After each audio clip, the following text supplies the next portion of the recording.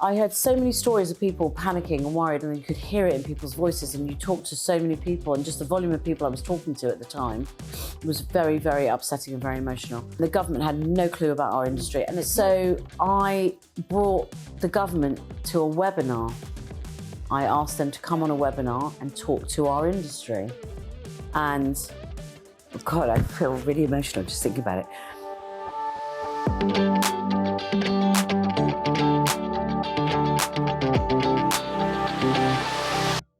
Hi Millie, thank you so much for joining me. Thanks for having me. This podcast. It's just amazing because, I've known you for a long time, but not like as close as we got to from when we were fighting for the British Beauty Council. It was that sort of the COVID experience. It kind of like shrunk the industry, but brought it all together into like this little, like really strong, tight network. Yes. 100%, and I think we'll talk about how we sort of did that. But I just wanted to sort of just talk about your link for the industry. Obviously, you are Millie Kendall OBE and previously MBE, and that's for your services for the industry and cosmetics, right? So the MBE was for services to cosmetics, to the cosmetics industry, and this one was for services to hair and beauty. Very good. Congratulations. Thank you very much. Obviously, and when we did Clubhouse, I did introduce you, didn't I, and talk to you as well. And we had conversations, and I found it very interesting. Obviously, with what you're doing, you're bringing everything to the forefront. And there's a few key people, alongside you with all the other federations and Sonia from the Telegraph. Yeah. We all sort of helped campaign, and you brought it to Parliament, really. Yeah. You led the way. It was the intention to work with government. So even if you look back at our original mission statement, it was all about working with policymakers and business leaders. And that was like the first sort of piece of work was to raise the reputation of the industry. So we'd already started working with government when COVID hit. Yeah. And actually the reason why we got Oxford Economics to do the value of beauty, which was the economic valuation, was because Oxford Economics actually do a lot of work with the government already. And I mean, kudos there, because they really brought in the numbers that really, I think, shocked everybody, don't you think? Yeah. Do you know what it was? It wasn't, I don't think it was like, it wasn't one individual organisation or one individual person. What it was is those numbers were intended to give our industry confidence. That's why we did it. And when COVID hit and everyone was ignoring us, it gave us all a platform and a voice and something to say about our industry. We could have just said, oh, woe is me, look at us, we're really struggling, we're really screwed because of COVID, but everyone was. Yeah. So that wasn't a standout statement. Saying that we are a £28.4 billion a year industry that brings in more to the British, the British Treasury than car manufacturing or pubs is much more impactful. And then, because the thing that I remember was that I had a lot of people thanking me, not for what I was doing, but for giving them a voice, for making them feel really confident to write to their MPs and that kind of stuff. Because I think by simplifying in just that, in those sentences and those numbers, and when you're looking at all the different industries and how third highest. Yeah. It's like when you talk to your normal friends and that, do you know that we are the third? And they're like, did not know that. Like, because normally you're used to being the person in the room that when you're having at a dinner party and somebody says to you, what do you do for a living? You're like, makeup artist. And they go, what mascara should I use? Yeah. Or your hairdresser. Or what shampoo should I use? I'm not interested in your political view or how much money you make or, it's like we're so sort of pigeonholed. There's such a sort of linear perception of our industry. But actually, you can work freelance, you can work the hours you want, you can wear what you want, you can earn what you want, as long as you're willing to put the hard work in.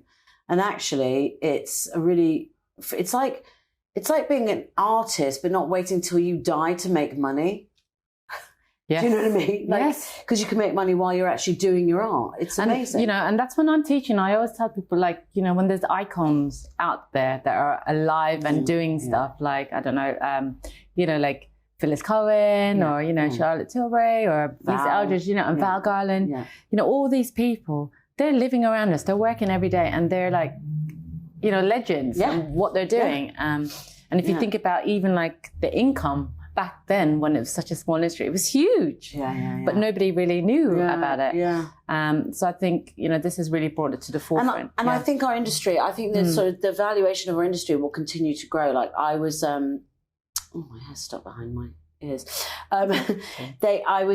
Somebody asked me this today earlier, do you think it's going to expand? And his irony is that during COVID, more nail salons and beauty salons opened on the high street. Then so we are. Yeah. So if you look at retail overall, decreased on the high street. Businesses closed, doors shut, people shut their businesses, walked away from them. But our industry actually grew. Why do you think that is, Millie? I think because a lot of people decided that they wanted to live their dream. I think people really wanted to just own their own business, open their little premises, do nails, whatever it was they wanted to do. And I think that maybe some of the bigger businesses closed, people went out on their own. Yeah. But we had an increase in, this is premises-based businesses, 2.2% during the 2 years of COVID. It's crazy. I'm not acting like COVID's not over, guys, just saying. I know we're pretending like it is, but it's not. But, it's kind of remarkable that we bucked the trend, because we were the only industry that actually saw an increase on the high street. The only industry out of everything in the UK. Out of everything, it was beauty, barbering, and nails. And I think nails, beauty, and barbering all kind of saw an increase individually of like 8%, but overall it was like 2.2%. And it's insane, really, when you think about it, the growth of our sector. And so when everyone's saying, oh, it's going to shrink, some elements of it will, like department stores shut, but e-commerce increased by pretty much the same as department stores shut. So what I'm really proud of is that the knowledge increase. It really brought all those industries to awareness, to the forefront. Like the normal person now would talk about barbering or talking about hair or beauty. It's a normal conversation now, rather than going, no, you're just. Sometimes I forget actually how we did that. I mean, I really do. Like you couldn't, because I'm so in it all the time. You kind of don't often stop and think, oh my God, we totally changed the perception of our industry in 3 years. Yeah, and also, like, if I go back into your history of, like, the brands, even though you're not a makeup artist, but you've been involved in all brands. So, Shurumura, Aveda, Tweezerman, to name a few. But the one you're really known for is, like, Ruby and Millie, obviously, which I always say, ahead of your time. Probably a little bit ahead of our time, probably a little bit crazy. I was at an event yesterday, a conference, and people often come up to me and go, met you before, I know you from somewhere. You're like, no, you don't really know me. Because I think people remember that my face from Ruby and Millie, because it was in my face was in 140 stores. That's the horrible thing to think about. But anyway, it was like, hundreds of stores up and down the country. It was a long time ago. I don't look like that anymore. It was 20 years ago. But it is more than 20 years ago, actually. It was 1997, 98, something like that. But how did you, we could talk about the partnership, but in terms of your first moments with makeup, what made you fall in love with makeup? I mean, how? I was a hairdresser first, right? Yeah. So my dad's a hairdresser, so I worked for Tony and Guy. I did an apprenticeship there, and then I ended up working for a couple of salons in LA because my dad lived in LA. And then I ended up going to New York, and I worked for Bumble and Bumble, worked for Michael Gordon at Bumble and Bumble, and I was still an assistant. So it was like 6 years on, I'm still a flipping assistant. And it was it was about maybe 5 years on. And it was like, I don't know why, I never really felt that confident with doing hair. I loved the clients, I loved shampooing people's hair, I loved making coffee for everyone, but I was not interested in, I don't understand. Cutting hair is very geometric. Yeah. It's like it's geometry, isn't it? It's angles. It's all about the angle you blow dry, the angle you cut it at. Geometry, I'm not good at. I'm good at algebra, but not geometry. Yeah. And I don't get the color either. I kind of get the color a little bit better. Yeah. Like the sort of the grades of color. I kind of get that. But anyway, while I was working at Bumble and Bumble, they had like a little area where they had some makeup, and they had MAC, William Tuddle, and I want to say a bit of Il Maquillage.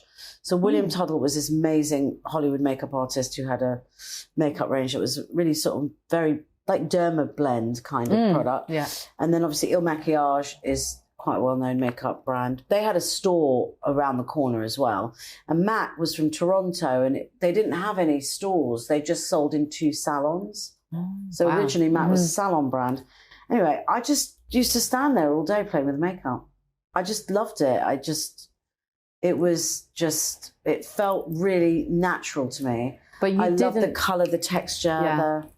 But you didn't want to become a makeup artist, even though you were doing hair. You could have transferred into being a makeup, or was it not around that sort of industry? I don't have the patience for it. I can do one side of a face really well. And generally, the kind of thing that I would do is something that sort of will look good on a runway, but not look good in a picture. I can create a very good visual that will look great, but not necessarily close up. But I can. So I became friendly with lots of makeup artists, and we would go, sit in my bathroom and go, if you put this blue on, and why didn't you put this on here? And, so I like to design things or create things, but not necessarily do them myself. I always say, like, my brain works like a makeup artist, but my hands won't do what my brain tells it to. So how did you can't make it work, So when you were learning that, where did you go from there? Well, I kind of opened, so that I ended up losing my job at Bumble, and then because I was out clubbing too much, and then I ended up getting a job at Shuamura. Well, actually, what happened was I lost my job at Bumble. I ended up getting a job in a restaurant. I lost my apartment. It was a terrible. I was like 19. I was a bloody mess. So my dad said, "You have to come home." So I went back to LA, and my dad said, "Okay, what are you going to do?" I was like, "I don't know. I don't want to do hairdressing. I'm not good at it." And so he said, a friend of his had opened up a store. She was a manager of a store. It's called Shuamura. They'd opened it in Century City in LA. It was the first one that they'd opened outside of Japan. And he said, did I want to go work for her? And I did. But very soon after I started working for her, she walked out. She left the business, and all the other women that worked there in solidarity walked out with her. Oh, wow. And my dad told me to go and get her job. And so you did? I went back and I said called the bosses, these Japanese guys, and I just said, I'll do it. And what was that role? What was the role that you have? Because I'm trying to dissect. Yeah, so because it was one store, it was just a shop manager at that time, but then they wanted to open another one in New York, and then I was taken to Japan, and because the shops turned a profit really quickly from being like loss making to profit making, like within a couple of months. So they were really impressed. So they wanted to know what I did. So they asked me if I would go to Japan. So I went to Japan, and then they asked me to come to Europe, open it here. So I opened one up the road. Up the road, as in Harvey Nichols. Oh, it's Harvey Nichols. Oh, and then we had Paris, Stuttgart, Barcelona, Amsterdam. It was great fun. And then from there, did you move? How did you? Because you were running the business, but yeah. So Ruby used to come in all the time. So I'd met Ruby at the Shuamura boutique in Harvey Nichols when we first opened it. She used to come in a lot. Anna Marie Solovey, who was beauty editor at Elle at the time, was doing a shoot with her one morning, and the three of us met basically. Because I was cleaning the shop and they were doing a shoot on Ruby. It was a feature for Elle magazine called Portrait of a Makeup Artist. There was a picture of Ruby holding all these amazing red Shuamura long makeup brushes, which was really beautiful. And we all became friends, really. And then Ruby used to come in and shop all the time. George used to drive her, and George Hammer used to bring her in on his motorbike every Saturday, and she would come. And it would be so busy, and I would get Ruby to help my customers. Oh, brilliant. Because they would come in, I'd go, they'd like, how do I put this on? I'm like, oh, she'll help you. She's a makeup artist, Yeah. So we just sort of built up this relationship. And then, very good. And then Ruby and George wanted to bring Aveda over to the UK. And I knew, my dad knew Horst Reckelbacher because Horst was a hairdresser and had worked in my dad's salon on Melrose Avenue in LA. It's a long story, but Horst said that he would give them the distribution if I was in the contract as a key person. So I said to him, well, I'll do it. And we went out for dinner, George, Ruby and I, and George was like, look, come work for me and launch Aveda with me. And I was like, I can't leave Shuamura because I'd worked for them for like 8 years. I loved that brand. It was like my favourite thing ever.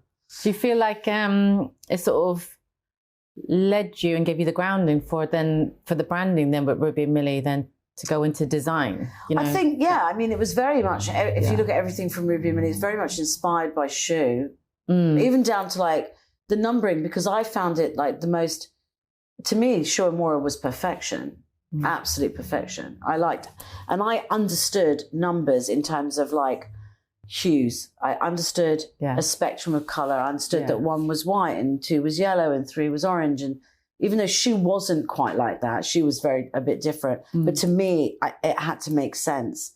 And I'd grown up with that. It was all I knew, really. Like, I didn't think makeup should have names. I mean, like, what is that, you know? I mean, I don't know. And whose names are you going to put on it? We had 365 SKUs that we launched. Yeah. That we had to develop in 2 years. Everything had to have a number. And because I could, if somebody said to me, 650 or whatever it was, I could say, oh yeah, that's a mid-range blue with a little bit of green in it. I could like remember, I know what that is. Yeah, so do you think then as brands, because now you represent loads of different brands and you consult and help with startups. So do you think, is that a thing going forward? Like, because people do ask about names and brands and nobody gets it. Is it? I don't know. I just think, I mean, the weird thing is that it was way ahead of its time because nobody got the numbers thing. I mean, we launched in Boots. They were like, this numbers thing is a nightmare. You should have named everything. I was like, really? Why? They're like, because people don't remember numbers. I'm like, I remember numbers. I just, to be honest with you, I got a chance to like make my dream brand. I didn't care whether people didn't remember the numbers. Yeah. I knew them all. I could tell you exactly, like, you know, 245 was an iridescent, pearlized pink, white, or whatever. You know, I could remember everything. It was just, you know, it's a funny sort of, I don't know. It's weird, isn't it? How different people, which is what I'm saying about like the hairdressing thing. Like, I don't get the geometry of it. I just don't get it. It's not natural to me. I wasn't good at geometry at school. I was really good with numbers. And algebra. So I completely get the number thing, but I don't get the angles. No. I still couldn't tell you if this room was like 20 feet or 200 meters. I would not be, I've got no perception of distance. But I mean, I think like... It's weird, isn't it? People see different... Yeah, everyone sees things different. I mean, and when it comes to like makeup, like you've seen so many changes. What sort of stands out in your mind? Like pros and cons? I mean, because we'd say, if I would say pro back then, it was like, it was such a big buzz. Everything's out there. Yeah. Do you know what? What's the change now? The thing I dislike the most, the change that I dislike the most is the sort of overabundance of new launches all the time. And it's like when we did it, it was like you'd have 2 drops, 2 launches a year or 4 a year max. So you were really excited by it. I walk into my office every single day. There are boxes piled high on my desk. Every day. I can't bear it. It's like, there's so much stuff, I don't know what to do with it. Yeah. You don't go through it and just see. I do, but what I take home and what I give away is minimal compared to what I give away. And I would say that when I give it to the team in the office, they're probably looking at it going, oh my God, not more stuff again. You know, it's like, it's too much stuff. It's too much stuff. I don't know if we need it because I think the thing is that if you kind of like go through your makeup bag, go through your makeup box, whatever, there are sort of things that you really love and things that you really use. And then there are things that work. And actually, all the other stuff is rubbish. Yeah. You know, do you know what I mean? It's not. Yeah. But the bottom line now, it is a business, isn't it? And, you know, people always want new things, isn't it? They don't just want to I mean, what I try to do is once I find something, unless something better comes along, I don't stray from it. No, exactly. Okay, fair enough. So basically everyone used to use Max Spice lip liner and now a lot of people use Pillow Talk. Yeah. But, you know, in my entire lifetime, there's only been 2 lip liners. Mac, the Spice and Pillow, you don't really need anything. Do you know what I mean? And that's do you know what I'm saying? It's like, it's sort of, everything else sort of pales into comparison. So why do you need all the others? Yeah, and the thing is, I guess you know that is the bread and butter. Okay, so obviously, if people are looking at you as a brand leader or as a PR, and they want to start up a brand, because I think so many people just want to start up. Yeah. What's the first thing they should be looking at? Well, you need to do your research, you need to do your homework. I'm really shocked sometimes by how many people don't really know the market. And you have to. I get a lot of people standing in front of me going, I've got this challenge and I couldn't find anything that would fix this. Oh my God, I could tell you about a dozen things that could do that. Or, I couldn't find anything to do smoky eyes. Really? Oh my God. And so if you don't do your homework, it will fail, because you have to do your homework. Like, I've seen women that have gone, here's my friend, we met in the playground and we thought we'd develop a candle with 3 wicks. Oh, for God's sake. I know it sounds really I sound so jaded, but the thing is that you need to really do your homework, really look, do a deep dive into the industry. You cannot throw, it's a real shame to put money into something and it not survive. So it's got less chance of survival if it's already been done before. Yeah. And who did, on a personal level, who was the one that supported you during all these sort of ventures, because you've done so much? Industry friends, family, That's really weird. That's really. Who do you look up to? Because obviously you're the mama for a lot of people. No, I think it's probably. I always say Mary Greenwell. I don't know why. Mary Greenwell's just a constant for me. I love Mary now. Not like I didn't before. But Mary sent me a message the other day and went, "I've known you since you were a baby, darling. I love you." Just out of the blue. Mary, from the minute I went out on my own and I left a company that I worked for, it was Mary. And then my friend Tracy, she passed away last year, sadly, but we worked together from the day when we were at Shoe. So she was the first person I hired at Shoe Amora when I first took over that store, because she was a friend of a friend. And she was in LA, she was English, and she needed a job. And I was like, and she was English, living in America, no visa, no green card, nothing, no bank account. And I was like, come work for me. I didn't know she needed to get all that stuff at the time. It was in the 80s. So, but she was absolutely I don't think I ever made a business decision without Tracy. The thing is, I'm not a hairdresser. I'm not a makeup artist. I do a job that before I did it didn't really exist. Yeah. So there wasn't really my job didn't really exist. So I feel like I'm no threat to anybody, because I'm not treading on anyone's toes, because I'm doing something nobody's ever done before. Do you know what I mean? So it's slightly... During the pandemic, you literally cried because you were at the table with Parliament. Yeah. How did it feel, to have that seat at the table? I mean, it must have been so draining. I guess the thing is that I'm I get quite... when you're an empath and you take on the sort of woes of other people, I think I'm sort of like that. Yeah, your energy. I heard so many stories of people panicking and worried, and you could hear it in people's voices, and you talked to so many people, and just the volume of people I was talking to at the time was very, very upsetting and very emotional. And then and the government had no clue about our industry, and it's no fault of their own. The people that we work with, the civil servants, had been given this job to kind of try to figure out who was a part of our industry and what they could do to help us, but they didn't really have a clue. And so we had to sort of build from the bottom up. There was nothing there. There was no government sector, really, or no sector represented at government level. So I brought the government to a webinar. I asked them to come on a webinar and talk to our industry. And, God, I feel really emotional just thinking about it. Because it's when Deja... Ayodele started crying and sobbing really deeply. Deja? From this webinar. Oh my God, it was so... And this woman from one of the civil servants from government was on the webinar. Mm-hmm. And I thought, shit, I brought this poor woman onto this webinar. And Deja's hysterical. And then I think, oh God, who else was it? To be honest, a nail tech came on, and then I think there was that lovely girl from Sugaring London, and it was a series of people crying. Yeah, can't feed my kids. What am I going to do? Yeah, brings tears to my eyes. It was so emotional, and then she got off, and her name. Oh, she was such a lovely woman. Her name was Roz, and she, because she was trying to help them and give them details and advice and stuff, but they just started crying and she didn't know what to do. And it was like a complete nightmare. We were on that webinar for 2.5 hours and she got off that night and I sent her a message at like 10 o'clock at night. I'm like, Ross, I am so sorry. She goes, I'm broken. I mean, do you still love the industry as you did back to when you first started? Yeah, I'm like pathetic.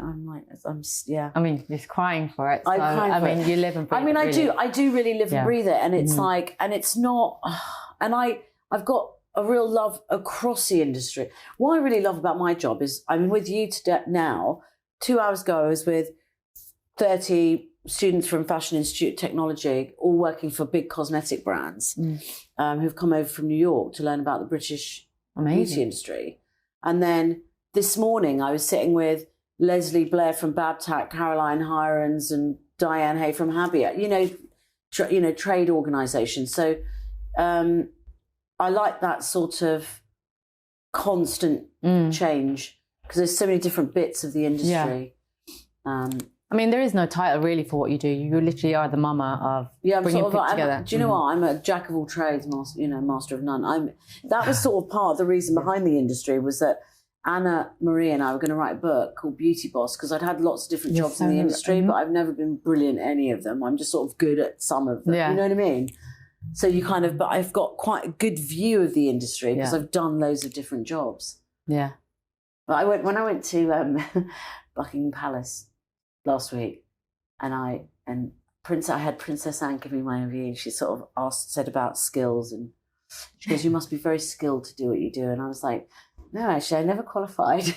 And I thought, "Oh, that's quite funny, actually. I never actually qualified to do anything. I'm never qualified to do anything." Well, what did she say? She was talking about the fact that she tours colleges. And there's a lot of people that want to get into our industry. And I said, well, it's a very skilled industry. It's also you don't have to have a certain level of education. So it's very open to a lot of people. And that's when she said, well, you must have a lot of skill. And I was like, and I thought, me? No. Yeah, but you've pretty much opened the doors for a lot of things to happen. Yeah, so I think there's a skill in that, no? Yeah. Yeah. Maybe that's the skill. Yeah. But I never, never really did hair, never really did makeup, Yeah, but you can see it though, right? Yeah. So if I sort of round it off with a couple more questions. To you, what is the power of makeup? What comes to your mind? Oh God, that's a really difficult question. What is the power of makeup? But just from any to me, it's sort of. The obvious answer would be transformation, or in beauty or whatever. But I just think it just gives me joy. I can put it on my hand and it gives me joy. I don't even have to put it on my face. So the power of makeup to me is giving people joy. Okay, so if I say, like, if you were talking to somebody who knows nothing about makeup, and the arrogant maybe person that thinks makeup is just a bit of... Oh, well, to me, it's historical. It gives you power. The power of makeup is power, really. It gives you power. Men wore it to go into battle, didn't they? So, it's not, men probably wore makeup before women did. So, for all you patriarchal naysayers out there. We'll have to look at that now. No, I think it's powerful. Brilliant. Do you know what? For me, it's a little bit warrior-like. I don't really like sort of the analogy of, putting on my war paint. Yeah. But actually, the term war paint is actually really quite indicative of what that medium does. Yeah. It makes you ready for battle. It's sort of, and actually, maybe that is what gives me joy. Is because I'm a fighter and I like to have a good battle. And you've got all the shields of the makeup, hair, nails, everything, like all together. I feel like it's quite a powerful battle. Yeah, creating and stuffing. Okay, so what's next for you, Millie? What are you fighting for right now? Good sleep. What's next for me? Just for anyone to support the British Beauty Council. I'll tell you one thing. What can we do for you? Okay, so this is like really geeky and it's slightly sort of weird, but I'm not sure how to explain it, but basically our industry has been evaluated for 74 years by a code. So there's a numeric code for our industry. They're called SIC codes, Standard Industrial Classification Codes, and then there's Standard Occupational classification codes. There's the SOC codes, and those are global, literally global. Every country in the world uses the same codes. And so ours is 9602. But the reason that you don't get a drop-down menu when you're getting a loan or going somewhere or ordering something and they ask you for your occupation is because our code is part of another code, which is other services. Yeah. So we're sort of embedded within funeral, laundrettes, all kinds of other things. Anyway, it's always pissed me off. It's just something that really aggravates me. And, you know, again, it's one of those slightly geeky numeric things. So I did a load of work a couple of years ago, actually started before COVID, to try to figure out how to, in fact, it sort of started in 2019 because my mum died and I realised that the SIC code, when I looked it up, was the same age as my mum. And I was like, that's weird. That's really fucking old for us. And it's never been updated. Wow. And I was thinking like, and then what happened with COVID was the reason the government don't know anything about our industry is because the code is so useless. It gives them no data. They don't know how many makeup artists compared to hairdressers there are. If they say 65% of the industry, if you say 65% of the industry is freelance, we don't know whether that's beauty therapists, nail technicians, makeup artists, hairdressers. We haven't got a clue. So anyway, I've campaigned to change the SIC code. I think I might be successful, which will be the first time in 70 something years. Wow. And if we change it in the UK, it means it will change.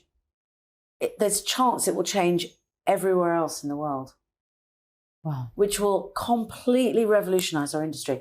And we might not notice it now, but like in a decade from now, our industry will be completely different. I'm convinced of it because of it.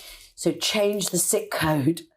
It's the most important thing. We need to update that SIC code. It's absolute rubbish that our industry is like the code says. Who is in charge? That's a who is the person that we need to find to change that? So basically it's so we've lobbied quite a bit, but it goes through the Office of National Statistics. There's not a person, unfortunately. You go through the Office of National Statistics and then go to the NACE Review Board, which is the European board, and then there's ISIC, which is the International SIC Code Board, and they're all nameless, faceless people. It's been really difficult. Even finding one person, I managed to find 2 champions who have really helped.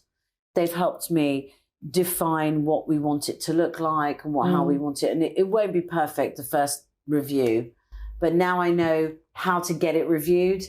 Yeah. So, yeah. But so we can continually kind of update it as technology and our industry evolves, because our industry will continuously evolve and become different, and different jobs, pop up all the time, I know. It's just amazing where everything is going, we right? Didn't have individual lash technicians, 20 years ago, did we really? I mean, maybe a few, but yeah. So that's it. You fight for the SIC code. Just be aware of it for now. I'll let you know when we need a fight. Okay. And let's finish up. Sorry, one more question. Okay, just going into the future, this whole metaverse, AR. I mean, what's your view in terms of looking at the whole industry as a whole? The only thing I think of it, because I'm actually quite techie, but I did actually think that I could go into the metaverse from my phone recently, and I didn't realise it didn't even exist yet. And I have a meeting with them tomorrow, Meta. Yeah. So what I think about it is, I think it's really interesting because it will be a way of purchasing makeup that is sustaable and not damaging to the planet. What, made to order type thing rather than... I've always been like really thinking about 3D printing and stuff like that. So I've always been, what is a solution? Yeah. Because plastic is really cheap.